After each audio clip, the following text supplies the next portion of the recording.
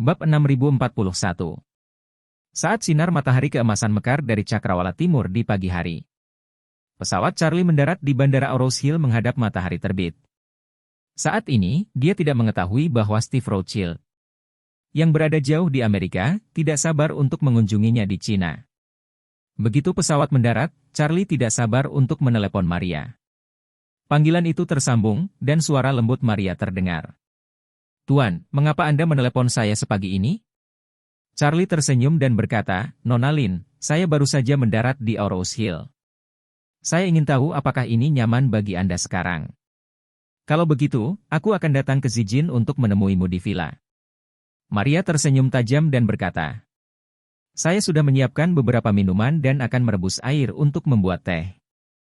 Jika Tuan Muda tidak keberatan, kamu bisa ikut makan bersamaku." Charlie berkata sambil tersenyum, "Tunggu sebentar. Aku akan mengambil waktu setengah jam." Di hanggar, Orville telah menyiapkan kendaraan dan menunggu.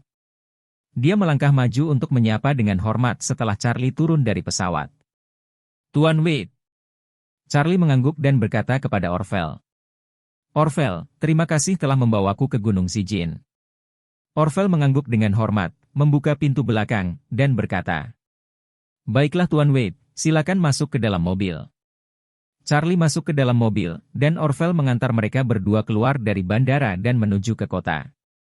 Di dalam mobil, Charlie bertanya kepadanya, "Apakah semuanya baik-baik saja di Champs-Élysées akhir-akhir ini?" Orville berkata dengan hormat, "Kembali ke Master Wade, semuanya sangat baik di Champs-Élysées. Latihan seni bela diri setiap orang berkembang dengan tertib. Kami juga telah menjaga nenekmu dengan baik. Dan Oroz Hill tidak melihat sesuatu yang aneh akhir-akhir ini." "Oke." Charlie mengangguk sedikit dan bertanya lagi, "Bagaimana kemajuan seni bela dirimu?" "Itu tidak buruk." Orville menertawakan dirinya sendiri dan berkata, "TNW dan saya sepertinya tidak memiliki banyak bakat dalam seni bela diri. Meskipun kami telah mencapai beberapa kemajuan, kami masih tertinggal jauh dari negara lain. Beberapa hari yang lalu, Anda meminta saya untuk mengambil alih pekerjaan Butler Tang. Dia belum bisa kembali selama periode ini. Diperkirakan dalam beberapa hari, saya akan mampu mengungguli dia dalam seni bela diri." Charlie tersenyum dan berkata, "Jangan terlalu tidak sabar dalam pelatihan seni bela diri. Banyak orang telah berlatih keras selama beberapa tahun sebelum benar-benar memasuki Tao. Anda baru saja memulai, jadi wajar jika kemajuan Anda menjadi lebih lambat." Orville berkata sambil tersenyum, "Tuan Wade, saya juga telah menemukan jawabannya. Saya sudah agak tua dan sudah terlambat untuk bergabung dengan profesi ini. Tidak realistis mengharapkan pencapaian yang terlalu tinggi. Bagaimanapun, sekarang kita memiliki kesempatan seperti itu, kita akan belajar dan berlatih bersamanya. Tentu saja semua orang akan senang jika kita bisa mempraktikkannya. Jika kami tidak bisa mempraktikkannya, kami akan menganggapnya sebagai penguatan tubuh kami." Charlie mengangguk dan berkata setuju. "Lebih baik jika Anda memiliki mentalitas seperti itu." Saat dia mengatakan ini, Charlie memikirkan sesuatu dan tiba-tiba bertanya kepadanya, "Ngomong-ngomong, Orville, apakah ada berita tentang Butler Tang dari Ishak baru-baru ini?" Orville segera menggelengkan kepalanya dan berkata, "Kembali ke Master Wade. Setelah Anda meminta saya untuk sukses dan menjadi agen keluarga Wade di Oroz Hill dan bahkan seluruh provinsi, saya sering berkomunikasi secara pribadi dengan agen keluarga Wade di tempat lain. Dan mereka sering mendiskusikan Butler Tang. Tidak ada yang punya kabar tentang dia." Charlie mengangguk sedikit dan menghela nafas sedikit.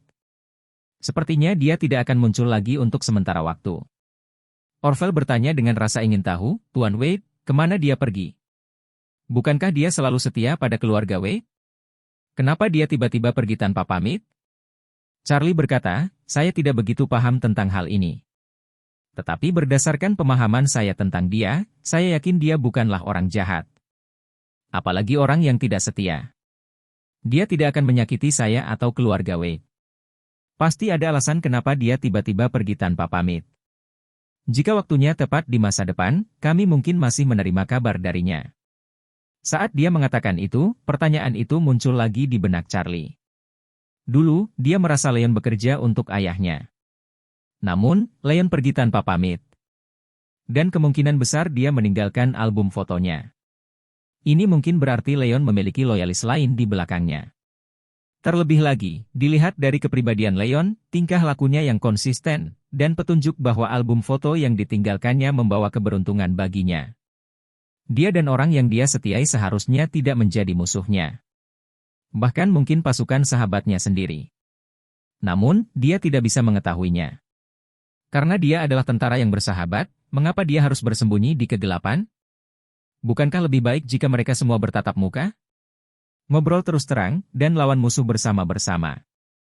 Sejak dini hari, lalu lintas sangat lancar dan kendaraan melaju kencang. Setengah jam kemudian, kendaraan sampai di pintu masuk Villa Zijin. Melihat plakat besar di Purple Mountain Villa, Charlie menarik kembali pikirannya dan berkata kepada Orvel. Oke Orvel, aku akan keluar dari mobil di sini, silakan lakukan pekerjaanmu. Orvel berkata dengan hormat, baik, Tuan Wade. Karena itu, dia memarkir mobilnya di luar gerbang Zijin Villa. Bab 6042. Saat ini, pintu Villa Zijin terbuka. Dan Larry, istrinya, dan Ethan keluar bersama. Mereka bertiga berjalan mantap menuruni tangga dengan cepat. Sebelum Charlie keluar dari mobil, dia bertanya kepada Orvel. Orvel, apa yang sedang sibuk dengan Irvin akhir-akhir ini? Orvel buru-buru berkata, Tuan Wade, Irvin telah bertanggung jawab atas bisnis saya sebelumnya baru-baru ini. Anak tua ini melakukan pekerjaannya dengan baik. Ya, setidaknya lebih baik dari saya, dan kinerja serta pendapatan telah meningkat secara signifikan. Charlie mengangguk dan bertanya, berapa banyak yang bisa Anda peroleh dari bisnis Anda dalam setahun? Orvel berpikir sejenak dan berkata, di masa lalu, tidak termasuk orang yang memakan kuda dan memberi makan orang serta segala jenis makanan. Jumlah yang bisa saya terima hanya di atas 100 juta. Tetapi sekarang saya menerima lebih banyak perhatian. Nona Song selalu menjagaku dengan baik. Grup juga memiliki banyak bisnis yang tidak cocok untuk saya majukan. Ditambah beberapa bisnis keluarga Wade, pendapatan bulanan saat ini hampir 50 hingga 60 juta. Dan jika dihitung dalam setahun, diperkirakan sekitar 700 juta. Charlie mengangguk dan berkata, terakhir kali aku mengalahkan Jermo dengan tipis. Irvin berkontribusi banyak. Saya menjanjikan kepadanya kemakmuran dan kekayaan seumur hidup. Namun, dia memiliki potensi yang besar dan tidak pantas memberinya sejumlah uang sekaligus. Anda dapat menggunakan tangan tersebut untuk memberinya 30% dari pendapatan bisnis. Orang yang dapat melakukan lebih banyak pekerjaan akan mendapatkan lebih banyak. Saya akan mengisi kembali 30% untuk Anda ketika waktunya tiba. Orvel buru-buru berkata, Tuan Wade, saya di sini hari ini karena dukungan Anda. Bagaimana aku bisa meminta sejumlah kecil uang darimu?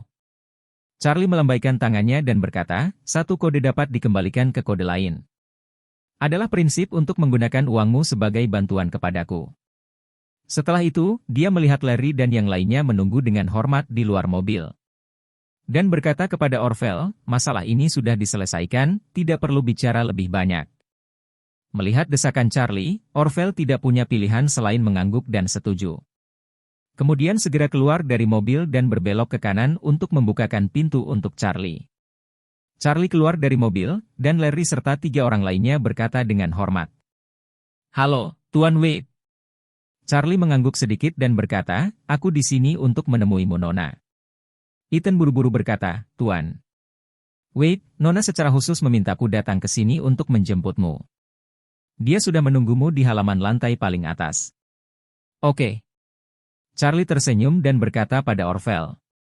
Oke, Orvel, kembalilah, ingat apa yang aku katakan, hari ini tinggalkan saja. Orvel berkata dengan hormat, jangan khawatir, Tuan Wade. Saya akan melakukan semuanya hari ini. Charlie mengangguk sedikit, mengucapkan selamat tinggal padanya. Dan berjalan ke Villa Ungu bersama Larry, Ethan, dan yang lainnya. Sesampainya di tangga batu menuju halaman atas, Charlie berkata kepada mereka bertiga. Kalian bertiga pergi dan lakukan pekerjaanmu, aku bisa naik sendiri. Larry bertanya dengan hormat, Tuan Wade. Apakah kamu ingin tinggal untuk makan siang? Saya bisa membiarkan orang mempersiapkannya terlebih dahulu. Charlie juga berpikir untuk menemui neneknya setelah bertemu Maria. Dan harus kembali ke rumah Thompson hari ini, jadi dia tersenyum dan berkata. Ada yang harus kulakukan pada siang hari, jadi aku tidak akan makan di sini. Larry mengangguk dan melihat Charlie pergi ke halaman lain.